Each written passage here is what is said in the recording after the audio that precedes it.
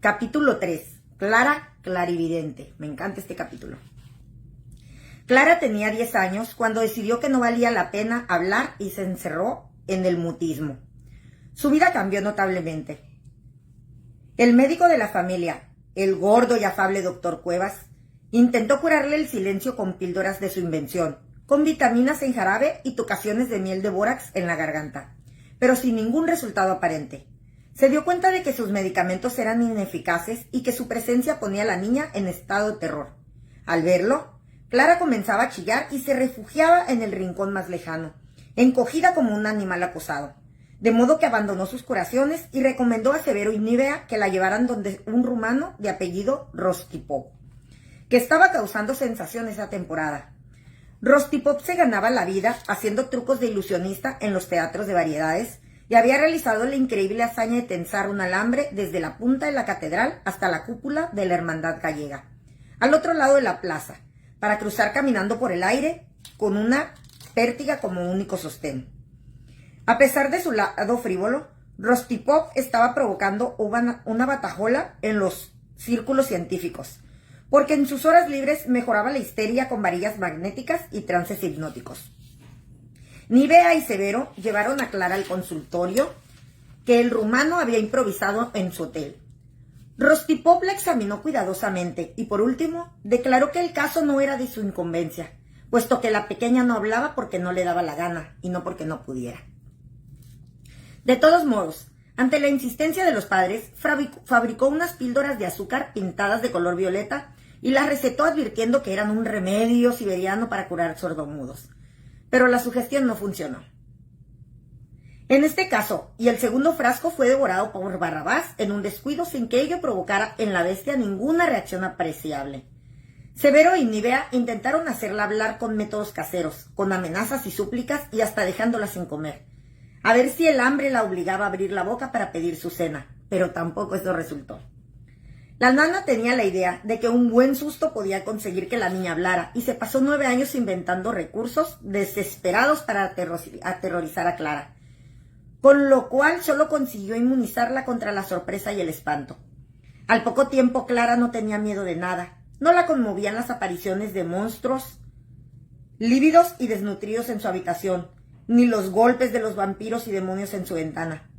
La nana se disfrazaba de filibustero sin cabeza, de verdugo de la Torre de Londres, de perro lobo y de diablo cornudo, según la inspiración del momento, y las ideas que sacaba de unos folletos terroríficos que compraba para ese fin, y aunque no era capaz de leerlos, copiaba las ilustraciones. Adquirió la costumbre de deslizarse sigilosamente por los corredores para asaltar a la niña en la oscuridad, de aullar detrás de las puertas y esconder bichos vivos en la cama. Pero nada de eso logró sacarle ni una palabra. A veces Clara perdía la paciencia, se tiraba al suelo, bataleaba y gritaba, pero sin articular ningún sonido en idioma conocido. O bien anotaba en la pizarrita que siempre llevaba consigo los peores insultos para la pobre mujer, que se iba a la cocina a llorar la incomprensión. «Lo hago por tu bien, Angelito», sollozaba la nana, envuelta en una sábana ensangrentada y con la cara tiznada con corcho quemado. Nivea le prohibió que siguiera asustando a su hija. Se dio cuenta que el estado de turbación aumentaba sus poderes mentales y producía desorden entre los aparecidos que rondaban a la niña. Además, aquel desfile de personajes truculentos estaba destrozando el sistema nervioso a Barrabás, que nunca tuvo buen olfato y era incapaz de reconocer a la nana debajo de los disfraces. El perro comenzó a orinarse sentado, dejando a su alrededor un inmenso charco, y con frecuencia le crujían los dientes. Pero la nana aprovechaba cualquier descuido de la madre para persistir en sus intentos de curar la mudez con el mismo remedio con que se quitaba el hipo. Retiraron a Clara del colegio de monjas donde se había educado todas las hermanas del Valle y le pusieron profesores en la casa. Severo hizo traer de Inglaterra una institutriz, Miss Ágata, alta, toda ella de color ámbar y con grandes manos de albañil. Pero no resistió el cambio de clima, la comida picante y el vuelo autónomo del salero y desplazándose sobre la mesa del comedor, y tuvo que regresar a Liverpool. La siguiente fue una suiza que no tuvo mejor suerte y la francesa, que llegó gracias a los contactos del embajador de ese país con la familia. Resultó ser tan rosada, redonda y dulce, que quedó encinta a los pocos meses, y al hacer las averiguaciones del caso, Se supo que el padre era Luis, hermano mayor de Clara. Severo los casó sin preguntarle su opinión y contra todos los pronósticos de Nívea y sus amigas. Fueron muy felices. En vista de estas experiencias, Nívea convenció a su marido de que aprender idiomas extranjeros no era importante para una criatura con habilidades telepáticas y que era mucho mejor insistir con las clases de piano y enseñarle a bordar. La pequeña Clara leía mucho. Su interés por la lectura era indiscriminado y le daban lo mismo los libros mágicos de los baúles encantados de su tío Marcos que los documentos del Partido Liberal que su padre guardaba en su estudio. Llenaba incontables cuadernos con sus anotaciones privadas, donde fueron quedando registrados los acontecimientos de ese tiempo, que gracias a eso no se perdieron borrados por la neblina del olvido, y ahora yo puedo usarlos para rescatar su memoria. Clara clarividente, conocía el significado de los sueños. Esta habilidad era natural en ella y no requería los engorrosos estudios cabalísticos que usaba el tío Marcos con más esfuerzo y menos acierto. El primero en darse cuenta de eso fue Honorario, el jardinero de la casa, que soñó un día con culebras que andaban entre sus pies y que, para quitárselas de encima, les daba de patadas hasta que conseguía aplastar a 19. Se lo contó a la niña mientras podaba las rosas, solo para entretenerla, porque la quería mucho y le daba lástima que fuera muda. Clara sacó la pizarrita del bolsillo de su delantal y escribió la interpretación del sueño de Honorio. Tendrás mucho dinero, te durará poco, lo ganarás sin esfuerzo, juega el 19. Honorio no sabía leer, pero Nívea le leyó el mensaje entre burlas y risas. El jardinero hizo lo que le decían y se ganó 80 pesos en una timba clandestina que había detrás de una bodega de carbón. Se los gastó en un traje nuevo, una borrachera memorable con todos sus amigos y una muñeca de loza para Clara. A partir de entonces, la niña tuvo mucho trabajo descifrando sueños escondidas de su madre, porque cuando se supo la historia de Honorio, iban a preguntarle qué quería decir volar sobre una torre con alas de cisne, ir en una barca a la deriva y que cante una sirena con voz de viuda, que nazcan dos gemelos pegados por la espalda, cada uno con una espada en la mano. Y Clara anotaba sin vacilar en la pizarrita que la torre es la muerte y el que vuela por encima se salvará de morir en un accidente. El que naufraga y escucha a la sirena perderá su trabajo y pasará penurias, pero lo ayudará una mujer con la que hará un negocio. Los gemelos son marido y mujer forzados en un mismo destino, hiriéndose mutuamente con golpes de espada. Los sueños no eran lo único que Clara adivinaba. También veía el futuro y conocía la intención de la gente. Virtudes que mantuvo a lo largo de su vida y acrecentó con el tiempo. Anunció la muerte de su padrino, don Salomón Valdés, que era corredor de la Bolsa de Comercio y que, creyendo haberlo perdido todo, se colgó de la lámpara en su elegante oficina. Allí lo encontraron, por insistencia de Clara, con el aspecto de un carnero mustio, tal como ella lo describió en la pizarra. Predijo la hernia de su padre, todos los temblores de tierra y otras alteraciones de la naturaleza.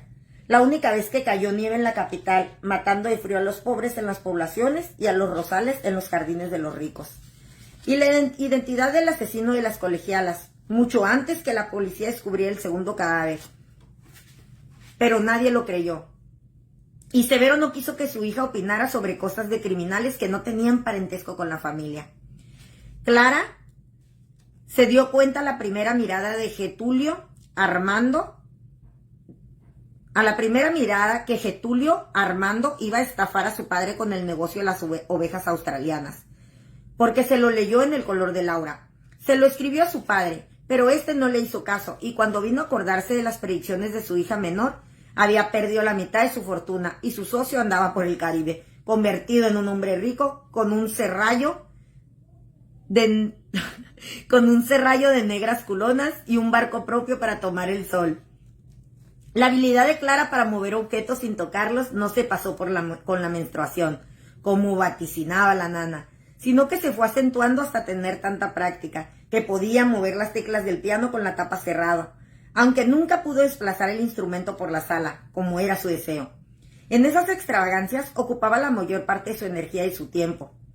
Desarrolló la capacidad de adivinar un asombroso porcentaje de las cartas de la baraja e inventó juegos de irrealidad para divertir a sus hermanos. Su padre le prohibió escrutar el futuro en los naipes e invocar fantasmas y espíritus traviesos que molestaban al resto de la familia, y aterrorizaban a la servidumbre. Pero Nívea comprendió que mientras más limitaciones y sustos tenía que soportar su hija menor, más lunática se ponía. De modo que decidió dejarla en paz con sus trucos de espiritista, sus juegos de pitonisa y su silencio de caverna, tratando de amarla sin condiciones y aceptarla tal cual era. Clara que creció como una planta salvaje, a pesar de las recomendaciones del doctor Cuevas, que había traído de Europa la novedad de los baños de agua fría y los golpes de electricidad para curar a los locos. Barrabás acompañaba a la niña de día y de noche, excepto los periodos normales de su actividad sexual. Estaba siempre rondándola como una gigantesca sombra tan silenciosa como la misma niña. Se echaba a sus pies cuando ella se sentaba y en la noche dormía a su lado con resoplidos de locomotora. Llegó a compenetrarse también con su ama, que cuando ésta salía a caminar sonámbula por la sala, el perro la seguía en la misma actitud. Perdón. Las noches de luna llena era común verlos paseando por los corredores como dos fantasmas flotando en la pálida luz. A medida que el perro fue creciendo, se hicieron evidentes sus distracciones. Nunca comprendió la naturaleza traslúcida del cristal y en sus momentos de emoción solía embestir las ventanas al trote, con la inocente intención de atrapar alguna mosca. Caía al otro lado en un estrépito de vidrios rotos, sorprendido y triste. En aquellos tiempos los cristales venían de Francia por barco y la manía del animal de lanzarse contra ellos llegó a ser un problema, hasta que Clara ideó el recurso extremo de pintar gatos en los vidrios. Al convertirse en adulto, Barrabás dejó de fornicar con las patas del piano, como lo hacía en su infancia, y su instinto reproductor se ponía de manifiesto solo cuando olía alguna perra en celo en la proximidad. En estas ocasiones no había cadena ni puerta que pudieran retenerlo. Se lanzaba a la calle venciendo todos los obstáculos que se le ponían por delante y se perdía por 2 o 3 días. Volvía siempre con la pobre perra colgando atrás, suspendida en el aire, atravesada por su enorme masculinidad. Había que esconder a los niños para que no vieran el horrendo espectáculo del jardinero mojándolos con agua fría, hasta que, después de mucha agua, patadas y otras ignominias, Barrabás se desprendía de su enamorada, dejándola agónica en el patio de la casa, donde Severo tenía que rematarla con un tiro de misericordia. La adolescencia de Clara transcurrió suavemente en la gran casa de 3 patios de sus padres, mimada por sus hermanos mayores, por Severo, que la prefería entre todos sus hijos, por Nívea y por la nana, que alternaba sus siniestras excursiones disfrazada de cuco, con los más tiernos cuidados. Casi todos sus hermanos se habían casado o partido, unos de viaje, otros a trabajar, a provincia, y la gran casa, que habían albergado a una familia numerosa, estaba casi vacía, con muchos cuartos cerrados. La niña ocupaba el tiempo que le dejaban sus preceptores en leer, mover sin tocar los objetos más diversos, corretear a Barrabás, practicar juegos de adivinación y aprender a tejer, que, de todas las artes domésticas, fue la única que pudo dominar. Desde aquel Jueves Santo en que el padre Restrepo la acusó de endemoniada, hubo una sombra sobre su cabeza que el amor de sus padres y la discreción de sus hermanos consiguió controlar, pero la fama de sus extrañas habilidades circuló en voz baja en las tertulias de señoras. Nívea se dio cuenta que su hija nadie la invitaba y hasta sus propios primos la eludían. Procuró compensar la falta de amigos con su dedicación total, con tanto éxito que Clara creció alegremente y en los años posteriores recordaría su infancia como un periodo luminoso de su existencia, a pesar de su soledad y de su mudez. Toda su vida guardaría en la memoria las tardes compartidas con su madre en la salita de costura, donde Nívea cosía a máquina ropa para los pobres y le contaba cuentos y anécdotas familiares. Le mostraba los daguerrotipos de la pared y le narraba el pasado. ¿Ve este señor tan serio con barba de bucanero? Es el tío Mateo, que se fue al Brasil por un negocio de esmeraldas, pero una mulata de fuego le hizo mal de ojo. Se le cayó el pelo, se le prendieron las uñas, se le soltaron los dientes. Tuvo que ir a ver a un hechicero, un brujo vudú, un negro retinto, que le dio un amuleto y se le afirmaron los dientes, le salieron uñas nuevas y recuperó el pelo. Mírelo, hijita, tiene más pelo que un indio. Es el único calvo en el mundo que volvió a echar pelo. Clara sonreía sin decir nada, y Nívea seguía hablando porque se había acostumbrado al silencio de su hija. Por otra parte, Tenía la esperanza que tanto meterle ideas en la cabeza, tarde o temprano haría una pregunta y recuperaría el habla. Y decía, es el tío Juan. Yo lo quería mucho. Una vez se tiró un pedo y fue su condena a una muerte. Una gran desgracia. Sucedió en un almuerzo campestre. Estábamos todas las primas en un fragante día de primavera, con nuestros vestidos de muselina y nuestros sombreros con flores y cintas. Y los muchachos lucían su mejor ropa dominguera. Juan se quitó su chaqueta blanca, parece que lo estoy viendo. Se arremangó la camisa y se colgó airoso de la rama de un árbol para provocar, con sus proezas de trapecista, la admiración de Constanza Andrade, que fue reina de la vendimia, y que desde la primera vez que la vio perdió la tranquilidad, devorado por el amor. Juan hizo 2 flexiones impecables, una vuelta completa, y al siguiente movimiento lanzó una sonora ventosidad. No se ría, Clarita, fue terrible. Se produjo un silencio confundido, y la reina de la vendimia empezó a reír descontroladamente. Juan se puso su chaqueta, estaba muy pálido, se alejó del grupo sin prisa y no lo volvimos a ver más. Lo buscaron hasta en la Legión extranjera, preguntaron por él en todos los consulados, pero nunca más se supo de su existencia. Yo creo que se metió a misionero y se fue a cuidar leprosos a la isla de Pascua, que es lo más lejos que se puede llegar para olvidar y para que lo olviden, porque queda fuera de las rutas de navegación y ni siquiera figura en los mapas de los holandeses. Desde entonces la gente lo recuerda como Juan del Pedo. Nivea llevaba a su hija a la ventana y le mostraba el tronco seco del álamo. Era un árbol enorme, decía. Lo hice cortar antes que naciera mi hijo mayor. Dicen que era tan alto que desde la punta se podía ver toda la ciudad, pero el único que llegó tan arriba no tenía ojos para verla. Cada hombre de la familia del Valle, cuando quiso ponerse pantalones largos, tuvo que treparlo para probar su valor. Era algo así como un rito de iniciación. El árbol estaba lleno de marcas. Yo misma pude comprobarlo cuando lo cortaron. Desde las primeras ramas intermedias, gruesas como chimeneas, ya se podían ver las marcas dejadas por los abuelos que hicieron su ascenso en su época.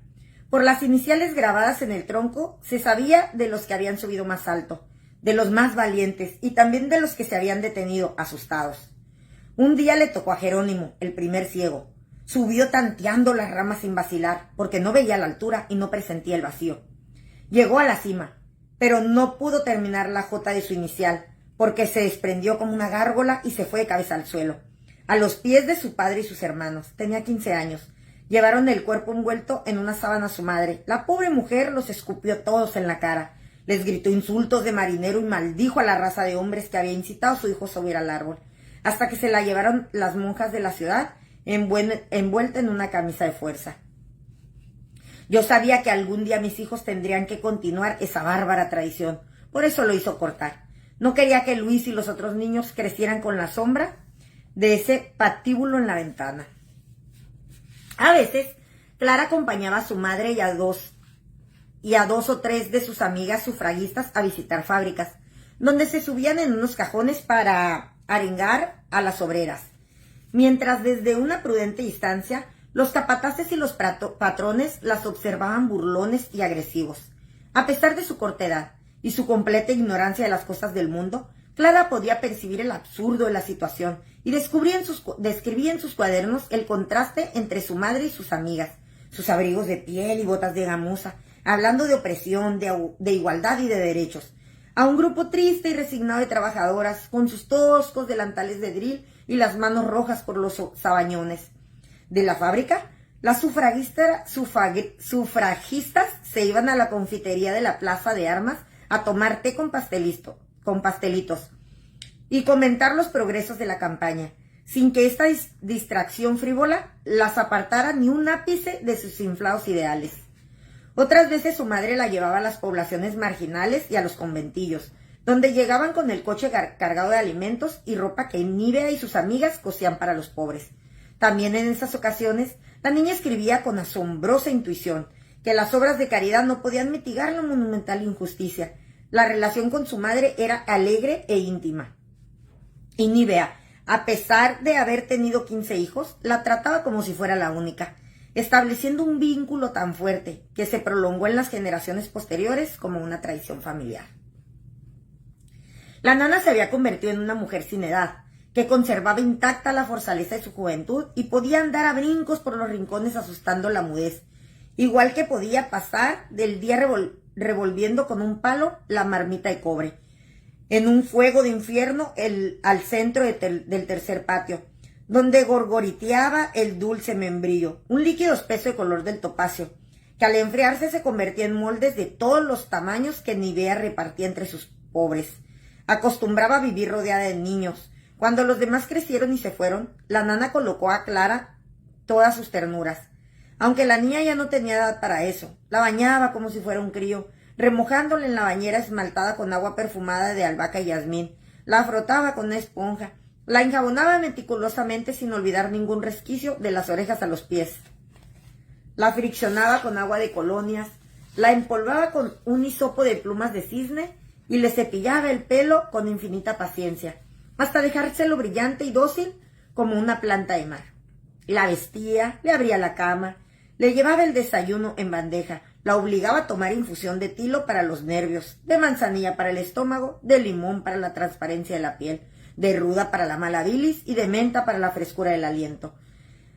Hasta que la niña se convirtió en un ser angélico y hermoso, que deambulaba por los patios y los corredores envuelta en un aroma de flores, un rumor de enaguas almidonadas y un halo de rizos y cintas.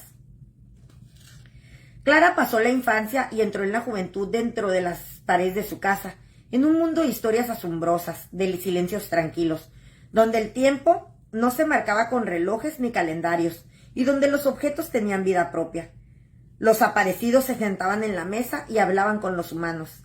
El pasado y el futuro eran parte de la misma cosa, y la realidad del presente era un caleidoscopio de espejos desordenados, donde todo podía ocurrir. Es una delicia para mí leer los cuadernos de esa época, donde se describe un mundo mágico que se acabó. Clara hablaba un universo inventado para ella, protegida de las inclemencias de la vida, donde se confundían la verdad prosaica de las cosas materiales con la verdad tumultuosa de los sueños, donde no siempre funcionaban las leyes de la física o la lógica. Clara vivió ese periodo ocupada en sus fantasías, acompañada por los espíritus del aire, del agua y de la tierra, tan feliz que no sintió la necesidad de hablar en 9 años. Todos habían perdido la esperanza de volver a oírle la voz.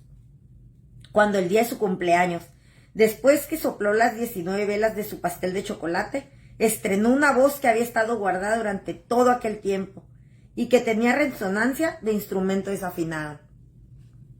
«Pronto me voy a casar», dijo. «¿Con quién?», preguntó Severo. «Con el novio de Rosa», respondió ella. Y entonces se dieron cuenta que había hablado por primera vez en todos esos años, y el prodigio removió la casa en sus cimientos y provocó el llanto de toda la familia. Se llamaron unos a otros, se esparramó la noticia por la ciudad, consultaron al doctor Cuevas, que no podía creerlo, y en el alboroto de que Clara había hablado, a todos se les olvidó lo que dijo, y no se acordaron hasta 2 meses más tarde, cuando apareció Esteban Trueba, a quien no habían visto desde el entierro de Rosa, a pedir la mano de Clara. Esteban Trueba se bajó en la estación y cargó él mismo sus 2 maletas. La cúpula de fierro que habían construido los ingleses, imitando la estación Victoria, en los tiempos en que tenían la concesión de los ferrocarriles nacionales. No había cambiado nada desde la última vez que estuvo allí años antes. Los mismos cristales sucios, los niños lustrabotas, las vendedoras de pan de huevo y dulces criollos, y los cargadores con sus gorras oscuras, con la insignia de la corona británica, que a nadie se le había ocurrido sustituir por otra con los colores de la bandera. Tomó un coche y le dio la dirección de la casa de su madre. La ciudad le pareció desconocida.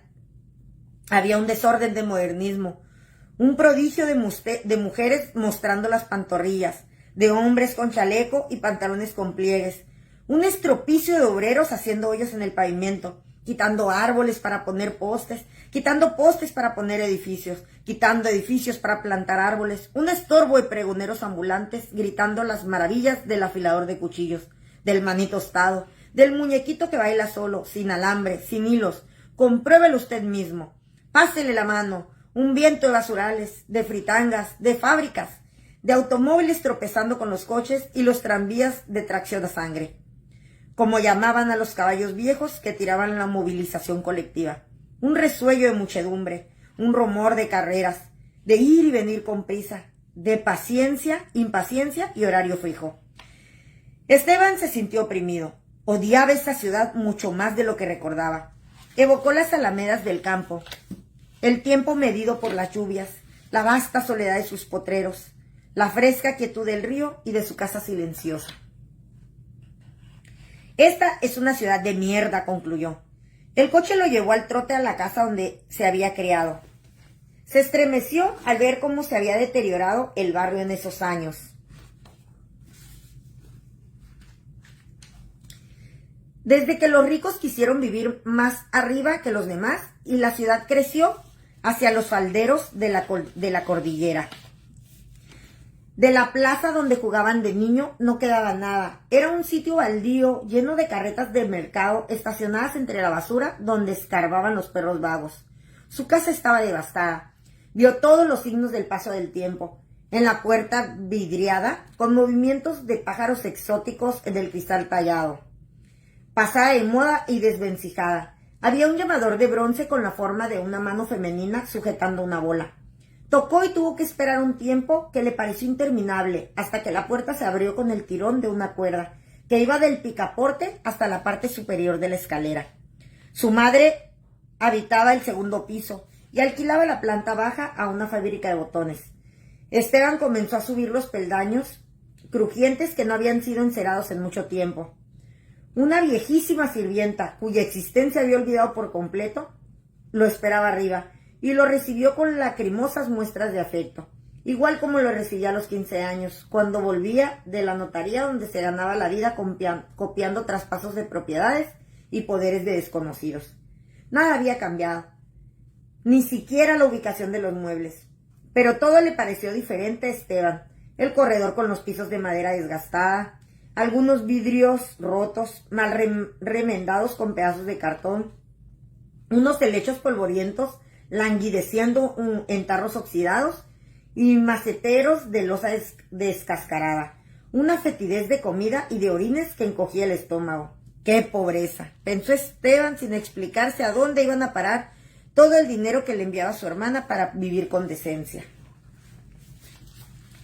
Férula salió a recibirlo con una triste mueca de bienvenida. Había cambiado mucho. Ya no era la mujer opulenta que había dejado años atrás. Había adelgazado y la nariz parecía enorme en su rostro anguloso. Tenía un aire de melancolía y ofuscación, olor intenso a lavanda y ropa anticuada. Se abrazaron en silencio. ¿Cómo está mamá?, preguntó Esteban. Ven a verla, te espera, dijo ella. Pasaron por un corredor de cuartos comunicados entre sí, todos iguales, oscuros, de paredes mortuorias, techos altos y ventanas estrechas, con papeles murales de flores desteñidas y doncellas lánguidas, manchados por el hollín de los braseros y por la pátina del tiempo y la pobreza. Desde muy lejos llegaba la voz de un locutor de radio anunciando las pildoritas del Dr. Ross, chiquitas pero cumplidoras, que combaten el estreñimiento, el insomnio y el mal aliento. Se detuvieron ante la puerta cerrada del dormitorio de doña Esther Trueba. Aquí está, dijo Esteban. Dijo Férula. Esteban abrió la puerta y necesitó algunos segundos para ver en la oscuridad.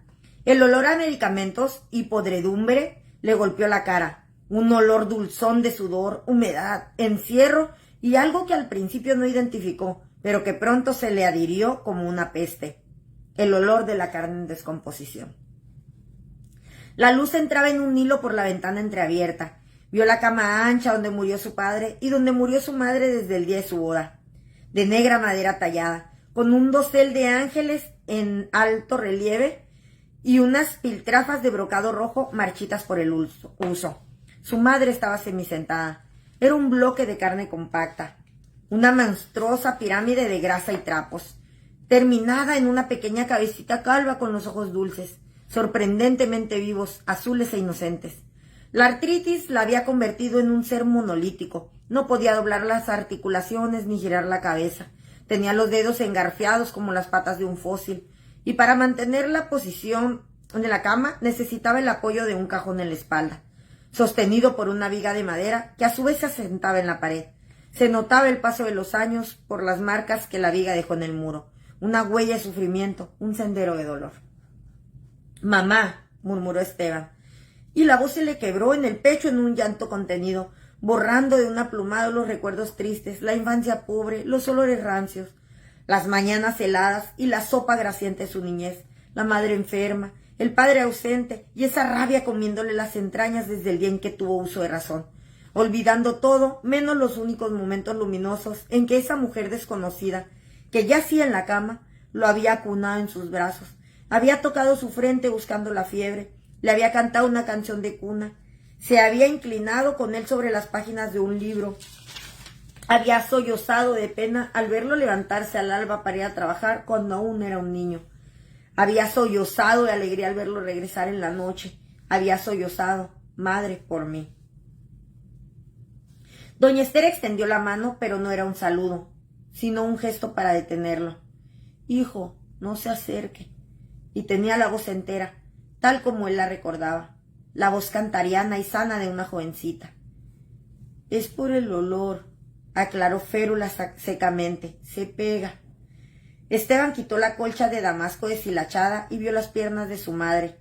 Eran 2 columnas amoratadas, elefantiásicas, cubiertas de llagas donde las larvas de moscas y los gusanos hacían nidos y cavaban túneles. 2 piernas pudriéndose en vida, con unos pies descomunales de un pálido color azul, sin uñas en los dedos, reventándose en su propia pus, en la sangre negra, en la fauna abominable que se alimentaba de su carne. «Madre, por Dios, de mi carne». «El doctor me las quiere cortar, hijo», dijo doña Esther con su voz tranquila de muchacha. «Pero ya estoy muy vieja para eso, y estoy muy cansada de sufrir, así es que mejor me muero».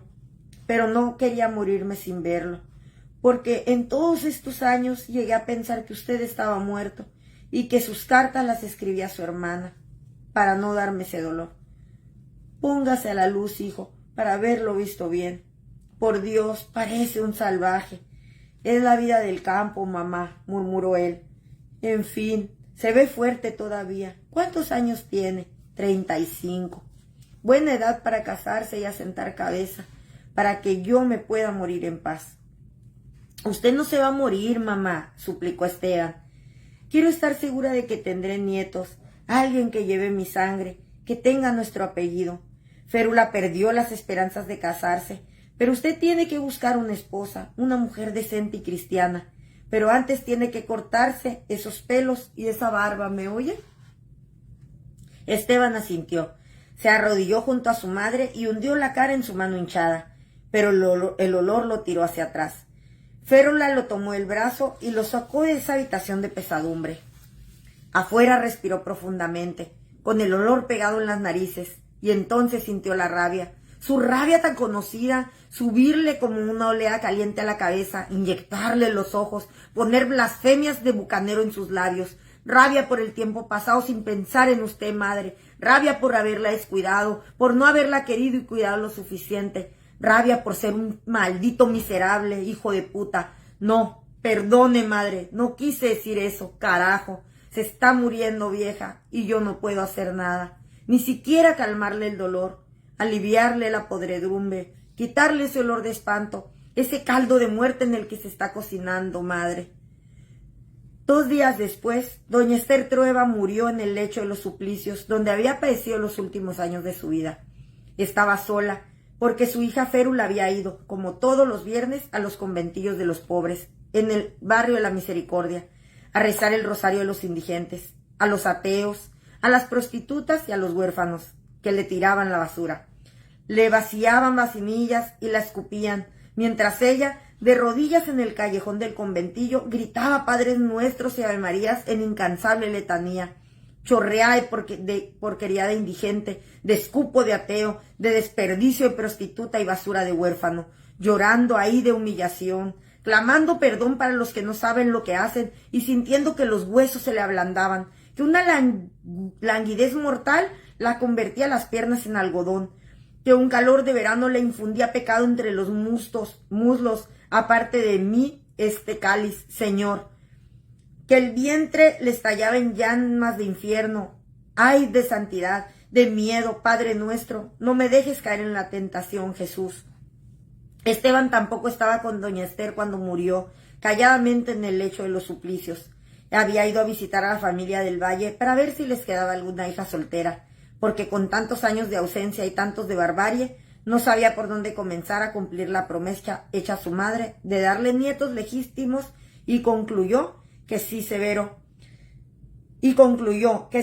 y Nívea lo aceptaron como yerno en los tiempos de Rosa la Bella, no había ninguna razón para que no lo aceptaran de nuevo, especialmente ahora que era un hombre rico, y no tenía que escarbar la tierra para arrancarle su oro, sino que tenía todo el necesario en su cuenta en el banco. Esteban y Férula encontraron esa noche a su madre muerta en la cama. Tenía una sonrisa apacible, como si en el último instante de su vida la enfermedad hubiera querido ahorrarle su cotidiana tortura. Y hasta ahí nos vamos a quedar. Hasta ahí nos vamos